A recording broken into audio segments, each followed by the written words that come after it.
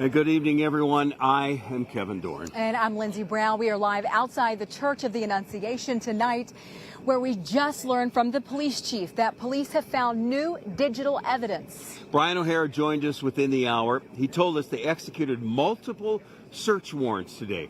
And we just learned they recovered electronics and dozens of pages of documents from the shooter. Police hoping tonight that evidence can try and answer the question about why 2 children were shot and killed attending Mass here today. 17 others, mostly children, were also shot, but all are expected to survive. The shooter opened fire from outside, shooting through the stained glass windows during a Mass before taking their own life. So tonight we have team coverage for you of new details since 6 o'clock. Richard Reeve and Brittany Ehrman attended vigils this evening for the victims.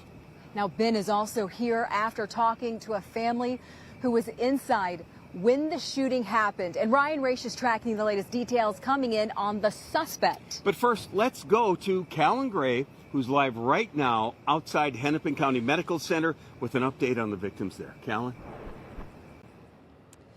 I have some good news from here at HCMC. We just learned in about the last hour that one of the children being treated here is no longer in critical condition. They've improved and they are now being treated for non-life-threatening injuries. 10 of the shooting victims were taken here to HCMC. In an update tonight, we learned 1 adult and 5 children are still in critical condition.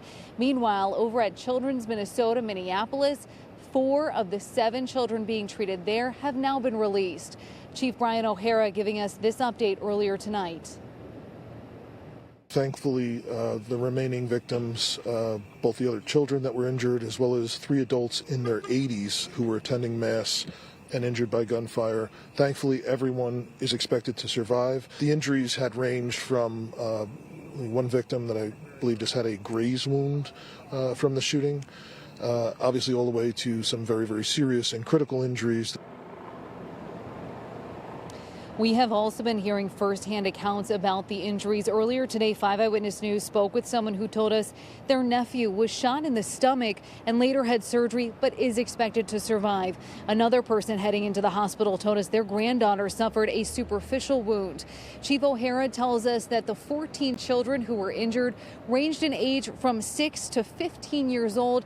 He mentioned those 3 parishioners in their 80s were there to attend Mass. I talked to the Archbishop earlier this evening, who says this church has been in the community for more than 100 years. There is a lot of pride, and therefore it makes sense that there were members of the public there celebrating this Mass along with these children. Lindsay, Kevin. Okay, thank you very much, Callan. You know, of course, we're still not that far removed from the shootings of 2 of our Minnesota state lawmakers in their homes earlier this summer. And within the last 30 minutes, the family of the late Melissa Hortman, Representative Melissa Hortman, sent out a statement saying, quote, "Our hearts are with the parents, families, and friends of the victims in today's violence, the senseless act of violence. No one should have to suffer the loss of a loved one to gun violence." They say they hope the attack spurs action by elected officials.